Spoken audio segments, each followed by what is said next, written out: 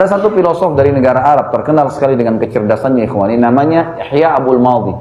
Saya angkat orang ini karena dia pakai bahasa Arab. Dalam buku-buku akidah juga para ulama mengangkat syairnya. Jadi selama dia hidup, ikhwani, dia selalu susun syair, banyak sekali syair. Syair ini isinya semua membantah ada Tuhan namanya Allah. Nggak ada Tuhan Allah, pokoknya nggak ada. Subhanallah, waktu dia mau meninggal, sebelum dia meninggal, dia menyusun 20 saja bait syair.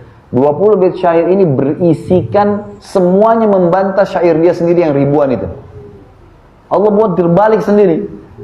Dia bilang waktu dia mau meninggal, ji'tu wala adri min aina ji'tu. Dia bilang, saya lahir di muka bumi ini, sampai sekarang ini diranjang sakit keras, saya tidak tahu dari mana asal saya. Ibu saya dari mana, ibunya lagi, ibunya dari mana, ibunya lagi. Mana awalnya nih? Kita kan sudah selesai, Hawa, titik, udah diciptakan dari tulang rusuknya, dari Adam, ya, kemudian sudah selesai, itu Allah ciptakan dari tanah, selesai urusan. Ini enggak, dia bingung.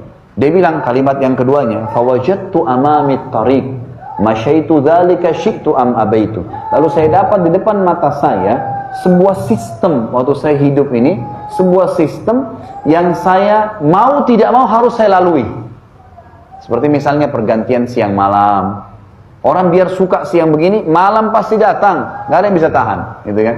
Orang suka malam, siang pasti datang. Terus fenomena tubuh, lapar, haus, nggak ada yang bisa nolak. Fungsi-fungsi yang kota tubuh, mata melihat, telinga mendengar, udara dihirup oleh oksigen. Kita tutup nih, hidung kita meninggal, nggak hirup oksigen. Nah, siapa yang ciptakan saya? Siapa yang ciptakan lapar itu? Dan siapa yang ciptakan kebutuhannya, asupannya supaya bisa hilang lapar? Ini nggak bisa diganti yang lain ya. Fungsi anggota tubuh, misal mata nggak bisa dipakai untuk makan, telinga nggak bisa dipakai untuk bernafas. Memang sudah begitu fungsinya masing-masing. Ini dari mana sistem ini?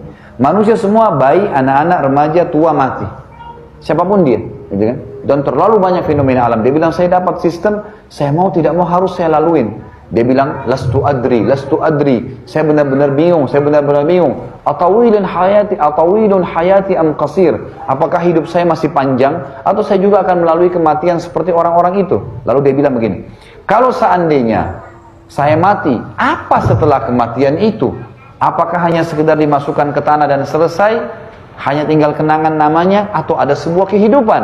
Lalu dia bilang, selama saya hidup, kalau kira-kira saya buat perbuatan baik, siapa yang menilai perbuatan itu baik dan siapa yang akan membalasnya? Dan kalau saya berbuat buruk, siapa yang menilai itu buruk dan siapa yang akan menghukumnya? Tolok ukurnya siapa nih? Gitu kan? Kalau kita ikut tradisi masyarakat lain-lain, mungkin tradisi kita anggap baik, tradisi suku lain enggak, gitu kan? Tapi mana tolok ukurnya? Dia bingung. Lalu dia mengatakan terakhir, lastu adri, saya bingung.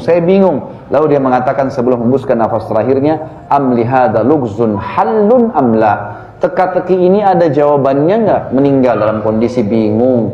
Dari mana asalnya, apa tujuan hidupnya, mana baik, mana buruk, meninggal dalam kondisi begitu. Itu seorang filosof yang dianggap orang yang sangat cerdas, ikhwan. Orang yang beriman sama Allah biar tidak sekolah SD, tahu dari mana asalnya, tahu apa ujungnya. Dari Adam, kehidupan di dunia, mana halal haram sudah ditahu.